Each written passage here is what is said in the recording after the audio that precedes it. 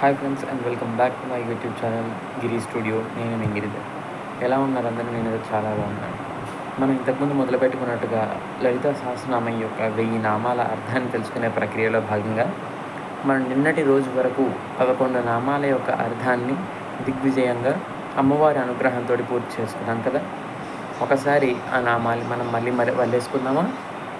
శ్రీమాత, శ్రీ మహారాజ్ని, శ్రీమత్సింహాసనేశ్వరీ, చిదగ్నికుండసంభూత, దేవకార్యసముద్యత, ఉద్యద్భానుసహస్రాభా, చతుర్బాహుసమన్విత, రాగస్వరూపపాషాఢ్య, క్రోధాకారాంకుశోజ్వల. ఈ 11 నామాల యొక్క అర్థాన్ని మనం దిగ్విజయంగా తెలుసుకోవడం జరిగింది. ఇవాటి రోజున మనం 12 మరియు 13 నామాల యొక్క అర్థాన్ని తెలుసుకునే ప్రయత్నం చేద్దామా? రండి.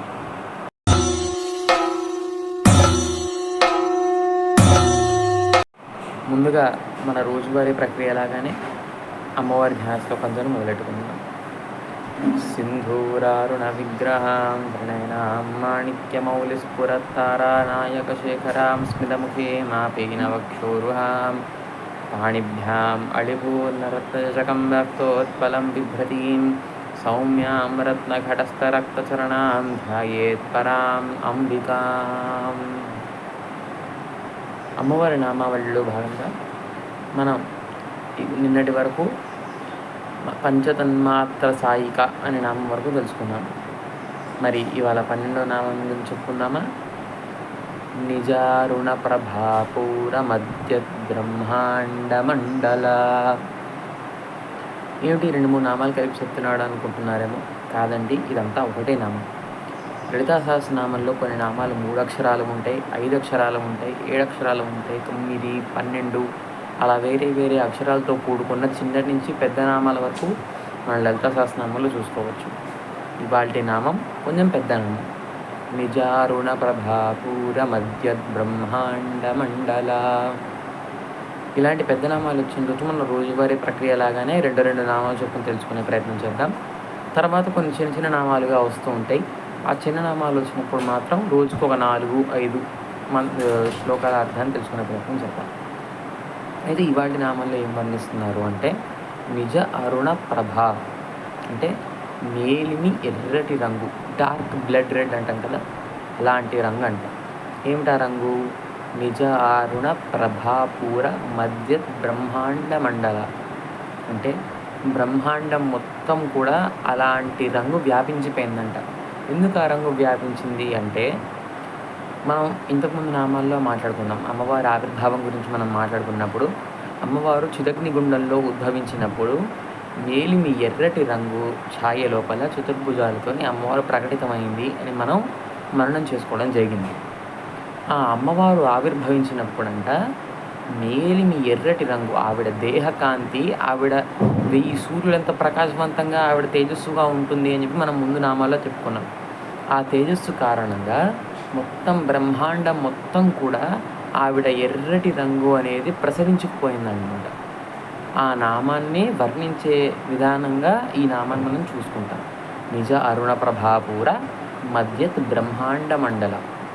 ఇంకో రకంగా చెప్పుకుంటే నిన్న అనుకున్నట్టుగానే భైరవి అమ్మవారిని వర్ణన చేసే నామంగా కూడా దీన్ని భావన చేసుకోవచ్చు. ఎందుకంటే ఇక్కడ బ్రహ్మాండం మధ్యలో అంటే మనకి సూర్యుడిని మననం చేసుకున్నట్టుగా అర్థం. సూర్యుడు ఎర్రటి వర్ణంలో ఉంటాడు. దీన్ని కూడా సూర్యుడికి మనం అనుసంధానం చేసుకోవచ్చు. సూర్యుడికి అధిష్టాన దైవంగా భైరవి అమ్మవారు ఉంటారు కాబట్టి ఆవిడ్ని వర్ణించే నామంగా కూడా ఈ నామాన్ని మనం తెలుసుకోవచ్చు.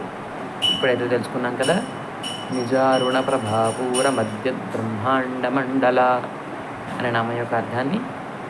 తర్వాత నామానికి వెళ్దామా? చంపకాశోక పున్నాగ సౌగంధికల సత్కచ.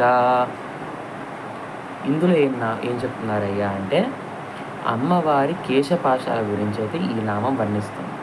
కేశపాశము అంటే జడ గురించి వర్ణించేదానికంటే ఈ నామంలో ఆవిడ జడకి అలంకరించుకున్నటువంటి పుష్పమాలల గురించి వర్ణించారన్నమాట.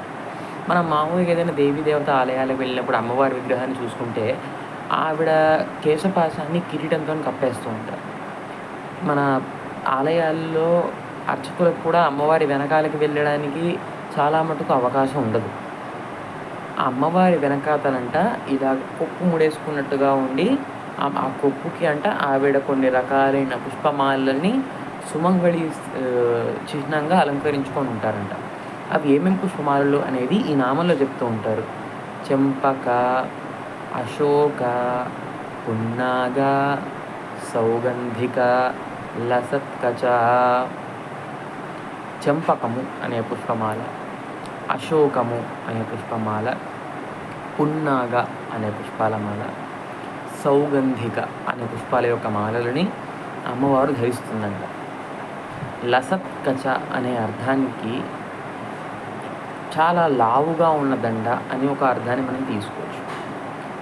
అలాంటిది మనం మామూలుగా ఒక మూరెడు పూలు తీసుకుంటే, ఈ మధ్యకాలంలో స్త్రీలకు అనుసంధానం చేసుకొని మాట్లాడుకుంటే ఒక మూరెడు పూలు పెట్టుకున్నా వాళ్ళ తల మొత్తం కనిపించకుండా అయిపోతుంది ఈ మధ్య. అలాంటిది ఆ జగన్మాత ఇంతింత లావుగా ఉన్నవి 4-5 రకాల పుష్పమాలని ఆవిడ కుర్చీలో పెట్టుకున్న ఆవిడ కేశపాశాలు ఇంకా పెద్దగా ఉన్నాయండి. దాన్ని బట్టి ఆవిడ కేశ సౌందర్యం ఎంత బాగా ఉంటుందో మనం అయితే అర్థం చేసుకోవచ్చు. కాబట్టి ఈ నామంలో చంపక, అశోక, పున్నాగ, సౌగంధిక, లసత్కచ అన్నది అమ్మవారి కేశపాశాలకి సంబంధించి వాటి ప్రస్తావన తీసుకొచ్చే నామం.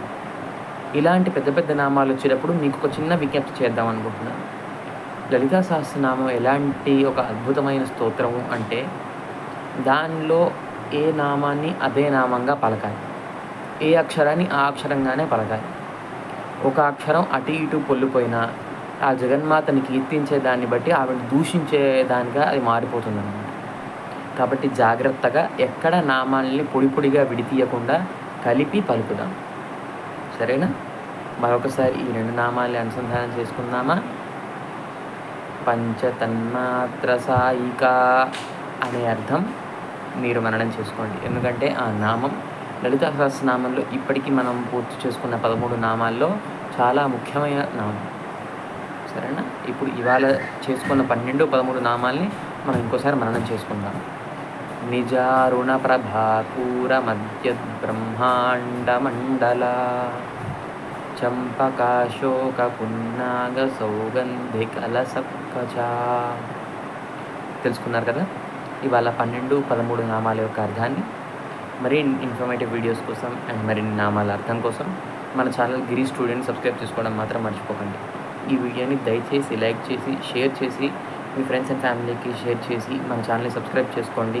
కమెంట్ సెక్షన్లో కమెంట్ చేయండి. శ్రీమాత్రే నమః అని కమెంట్ చేయడం మాత్రం మర్చిపోకండి.